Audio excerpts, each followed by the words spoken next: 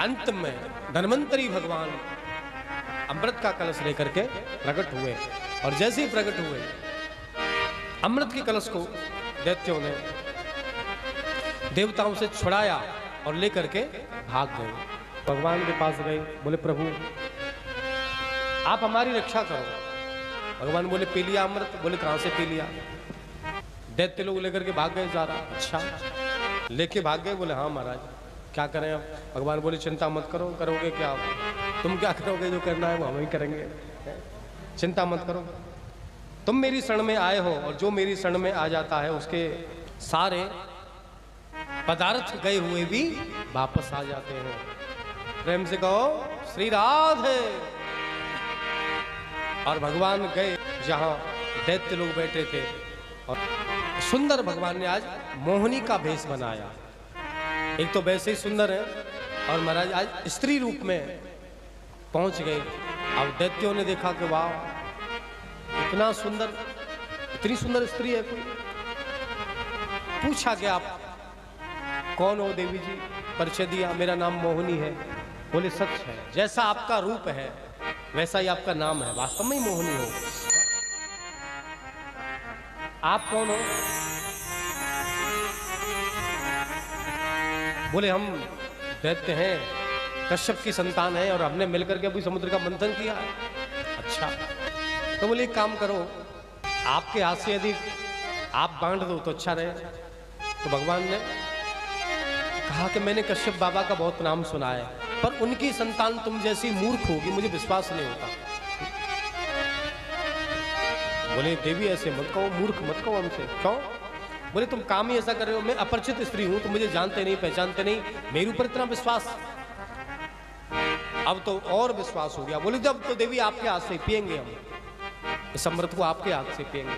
इतनी देर में देवता भी सब आ गए। बोले ये रहे, ये रहे। लड़ाई हुई, झगड़ा होने लगा। बोले हमें भी दो, अकेले लेके भाग आए।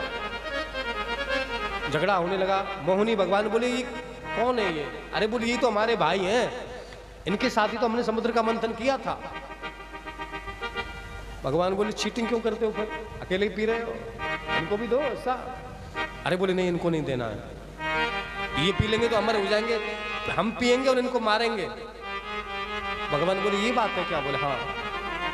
भगवान बोले एक काम करो, लड़ाई झगड़ा मत करो, लड़ाई झगड़ने से कोई फायदा नहीं होगा, तुम लाइन लगा करके बैठ जाओ दोनों, और ऐसा करो पतला पतला जो है ऊपर का मैं इनको पिला देती हूँ, और जो गाढ़ा गाढ़ा है वो तुमको पिला दूंगी, लड़ाई मत करो।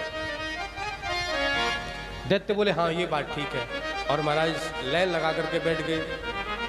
तो भगवान ने देवताओं को अमृत पिलाना आरंभ किया। अब अमृत में क्या गाढ़ा क्या पतला, अमृत अमृत। पर भगवान ने ऐसा पागल बनाया, ऐसा मूर्ख बनाया, दैत्य बैठे रह गए और देवताओं को भगवान पिलाने लगे। अब एक स्वरभानु नाम का राक्षस था, उसके मन में कुछ गड़बड़ है। अचानक देवी आ गई, इतनी सुंदर हो रही है, फिर देवता भी आ गए, कोई गड़बड़ है। अब बोले कहीं ऐसा नहीं हो कि पीछे मिले कि नहीं, खत्म हो जाए पीछे। उसने चतुराई करी और देवताओं का भेष बना करके देवताओं के बीच में जाकर के घुस गया। अब घुस गया तो अच्छी बात है, कोई बात नहीं, पर बैठा गलत जगह पे जाकर के। कहीं अंधेरे में बैठ जाता तो बात चल जाती। सूर्य और चंद्र के बीच में बैठा, दोनों ही प्रकाश, कैसे छुपा? भगवान पिलाते हुए आ रहे थे, उसको भी पिला दिया। सूर्य चंद्र ने कहा भगवान हमें तो गड़बड़ लगती है, ये देवता नहीं कोई राक्षस लग रहा है। भगवान बोले अच्छा, और चक्र को छोड़ा, जैसे सर कटा, पर अमृत नीचे पहुंच चुका था, अमृत पान कर लिया, अमर हो गया। पर शरीर के दो हिस्से हो गए, मरा नहीं, अमर हो गया। हिस्से दो हो गए, सर अलग धड़ अलग, एक का नाम राहु और एक का नाम केतु। सर जो है वो राहु है और नीचे का जो धड़ है वो केतु बना। आज भी नवग्रह देवताओं में उनकी गणना की जाती है। और जब ये बात पता पड़ी तो फिर तुम्हारा युद्ध आरंभ हो गया। बोले हमारे साथ तो बेईमानी कर दी, सारा अमृत पी लिया, हमसे कहा गाढ़ा गाढ़ा पिलाएंगे, कुछ नहीं बचा। भगवान भी अंतर्ध्यान हो गए। बोले कौन था ये? वो मोहिनी कहाँ गई?